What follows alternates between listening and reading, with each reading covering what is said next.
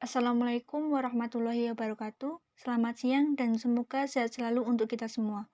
Yang terhormat Bapak Zaki Fahma Aulia SE MM selaku dosen pengampu mata kuliah pengantar manajemen, serta teman-teman seperjuangan yang senantiasa saya banggakan. Alhamdulillah, puji syukur kehadiran Allah Subhanahu wa Ta'ala yang telah memberikan kita nikmat umur, nikmat iman, serta nikmat sehat. Baiklah, perkenalkan nama saya Mayana selaku moderator yang akan memandu jalannya presentasi pada kesempatan kuliah online siang hari ini. Adapun pemateri yang akan melakukan presentasi adalah kelompok kami, yaitu tim 1 dengan judul Niche Market. Sebelum memulai diskusi dan presentasi, berikut saya perkenalkan nama anggota kelompok kami. Yang pertama, Putri Nur Aminda Wirama dengan NIM 215221088. Yang kedua, Haliza Fitriana Bintang dengan NIM 215221099. Dan yang terakhir, saya sendiri, Mayana dengan NIM 215221112. Terkait dengan rangkaian kegiatan presentasi online hari ini, yaitu yang pertama sesi pembukaan, yang kedua sesi penyampaian materi, yang ketiga sesi tanya jawab, yang keempat sesi tambahan atau masukan dari dosen pengampu mata kuliah pengantar manajemen, yang kelima sesi penutup. Kita memasuki sesi pertama, yaitu pembukaan.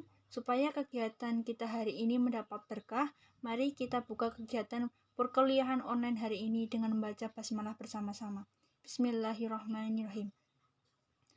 Selanjutnya, sesi penyampaian materi yang akan disampaikan oleh kelompok kami. Yang terlebih dahulu akan dijelaskan oleh Mbak Haliza Fitriana Bintang dengan NIM 215221099. Kepada Mbak Haliza, saya persilahkan. Baik, terima kasih kepada Mbak Mayana. Selanjutnya, pengertian dari niche market. Niche market adalah sekelompok kecil pelanggan yang berbagai karakteristik yang membuat mereka menerima produk atau layanan tertentu. Karakteristik mungkin tidak lebih rumit daripada fakta bahwa mereka sesekali menyukai coklat mewah. Jadi bisa kita simpulkan, niche market adalah bagian dari sebuah industri dengan target pasar dan konsumen yang lebih spesifik. Cara ini sangat penting untuk dipertimbangkan saat ini untuk membangun bisnis di era sekarang, yang dimana persaingan semakin ketat dan luas. Contoh sederhana dari niche market ada di dalam industri pakaian. Dalam industri tersebut, kami bisa menemukan pakaian untuk anak-anak dan juga pakaian untuk anak dewasa. Serta, kenapa coklat menjadi karakteristik? Karena coklat dianggap sebagai barang mewah yang sangat berharga di kalangan elit, kelas atas, ataupun kalangan tertentu. Serta, coklat membuat kita untuk tenang dan damai. Coklat itu memiliki dua varian, bisa jadi makanan ataupun minuman. Oleh sebab itu, karakteristik coklat sangat digemari oleh para kalangan atas maupun kalangan tertentu. Materi selanjutnya akan disampaikan oleh Mbak Mayana. Kepada Mbak Mayana, saya persilakan. Baik, seperti yang telah dijelaskan oleh Mbak Eliza, niche market ini adalah sekelompok pelanggan yang memiliki karakteristik berbeda-beda, sehingga mereka mampu menerima produk maupun layanan tertentu disesuaikan dengan kebutuhan mereka. Dikarenakan adanya perbedaan kebutuhan para pelanggan, maka semua produk itu tidak dapat dibeli oleh semua pelanggan. Yang mana niche market ini sangat berguna untuk para pelanggan maupun para pengusaha. Bagi pelanggan potensial, niche market ini lebih mudah untuk mengidentifikasi ataupun untuk menargetkan produk yang akan dibeli. Sedangkan untuk para pengusaha, niche market ini berguna untuk menargetkan maupun mengidentifikasi pelanggan lokal, pelanggan yang membutuhkan produk yang dijual sesuai dengan kebutuhan pelanggan tersebut. Kemudian pada peluncuran produk ke niche market ini jauh lebih murah dibandingkan dengan peluncuran pada produk massal. Meskipun niche market seringkali berkembang sebagai bagian dari pasar massal, seperti halnya pada pasar untuk mobil yang tidak sah. Tapi tidak hanya niche market yang berkembang menggunakan pasar massal, tetapi pabrik massal pun kadang-kadang memilih untuk meluncurkan produk niche juga. Misalnya produksi Dodge Viper, kendaraan niche yang menjual dalam jumlah sangat terbatas kepada penggemar motor. Nah, dengan adanya perubahan ataupun kebalikan situasi ini, apa yang diharapkan menjadi pasar niche kadang-kadang berkembang ke pasar massal dan sebaliknya pula.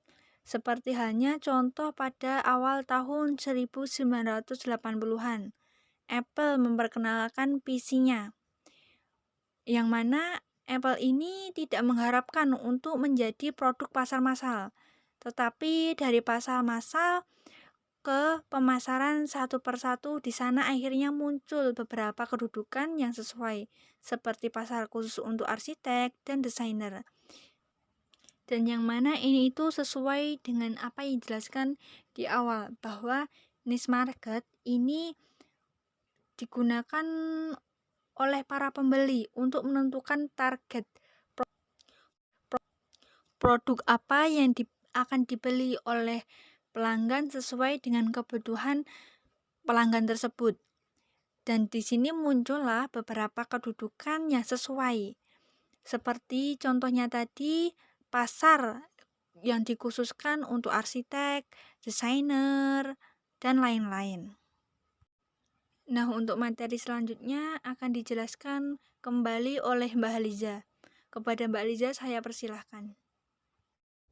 Selanjutnya, masalah dengan ceruk pasar yang tidak berkembang menjadi pasar massal adalah mereka segera mencapai batas. Sebuah ceruk yang dapat membantu mengeluarkan produk dari tanah dapat segera menjadi pengengkang. Produsen harus menemukan produk niche lain atau pasar lain untuk menjual produk mereka yang sudah ada. Pemasok makanan spesialis di Skotlandia, misalnya, perlu segera menyebar ke selatan, ke Inggris, dan kemudian ke seluruh Eropa. Atau, mereka perlu menambahkan oatcake ke dalam pilihan salmon asap dan sup leki ayam. Jadi, jika produk yang kita promosikan dan kita perjualbelikan dengan pangsa pasar tertentu dan tidak tercapai target yang diinginkan oleh perusahaan, maka kita harus segera mencari dan memperbaiki kesalahan yang sedang terjadi dalam perusahaan tersebut, supaya target perusahaan dapat tercapai, yaitu dengan ditambahkannya variasi pada produk yang sedang dijalankan, mengubah trik pemasaran untuk kalangan tertentu. Selanjutnya, internet memiliki fitur yang membuatnya ideal untuk pemasaran niche. Melalui jaringan online itu dapat mengumpulkan elektronik di satu titik cyberspace. Justru kelompok-kelompok pelanggan dengan kepentingan yang sama yang merupakan mimpi niche marketer itu. Ada komunitas online dengan minat pada koleksi boneka, balap mobil, bersepeda di Himalaya, atau hampir semua hal yang kita pedulikan atau semua hal yang kita inginkan. Pemasaran niche telah dipandang sebagai salah satu fase dalam perjalanan abad ke-20 dari pemasaran massal ke pemasaran satu persatu.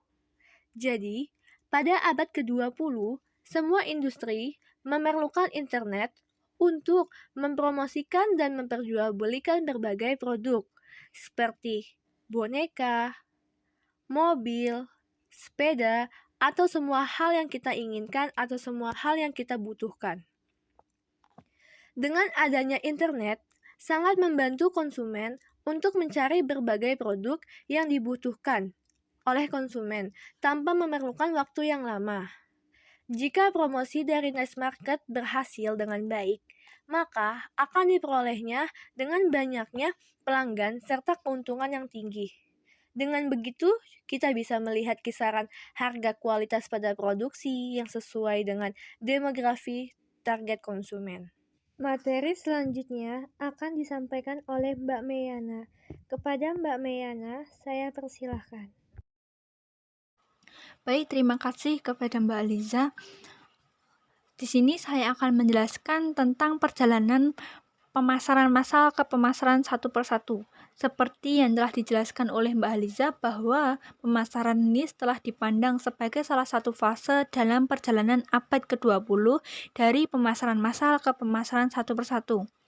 Mulai dari tahun 50-an dan tahun 60-an yang mana di tahun ini menjadi masa kejayaan pemasaran massal. Contoh produk yang menjadi kejayaan pada masa pemasaran massal ini adalah minuman ringan yaitu Coca-Cola.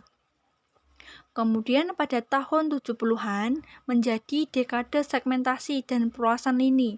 Kemudian diikuti pada tahun 80-an dengan mengintensifkan pemasaran khusus yang memotong pasar menjadi kelompok konsumen yang semakin kecil.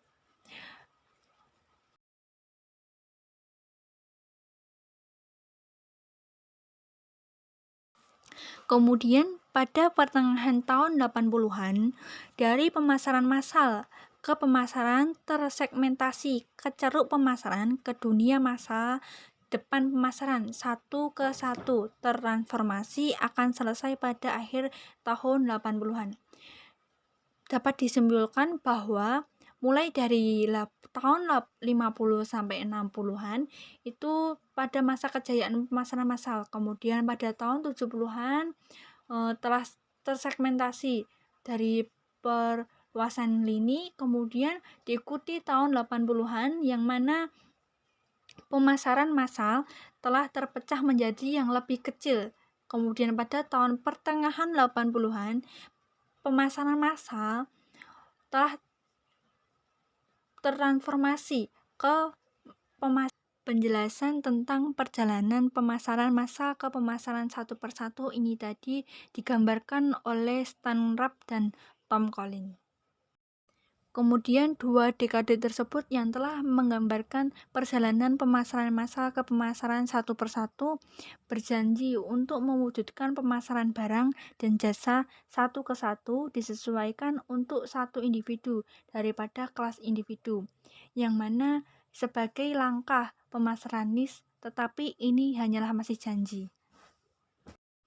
Sekian materi yang dapat kelompok kami sampaikan. Memasuki sesi selanjutnya yaitu sesi tanya jawab dan sesi masukan dari dosen pembimbing mata kuliah pengantar manajemen yang akan dilaksanakan di WhatsApp group.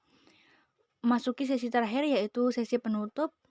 Teman-teman yang berbahagia, dari pemaparan dan pembahasan mengenai niche market tadi dapat ditarik kesimpulan diantaranya bahwa niche market ini adalah bagian dari sebuah industri dengan target pasar dan konsumen yang lebih spesifik.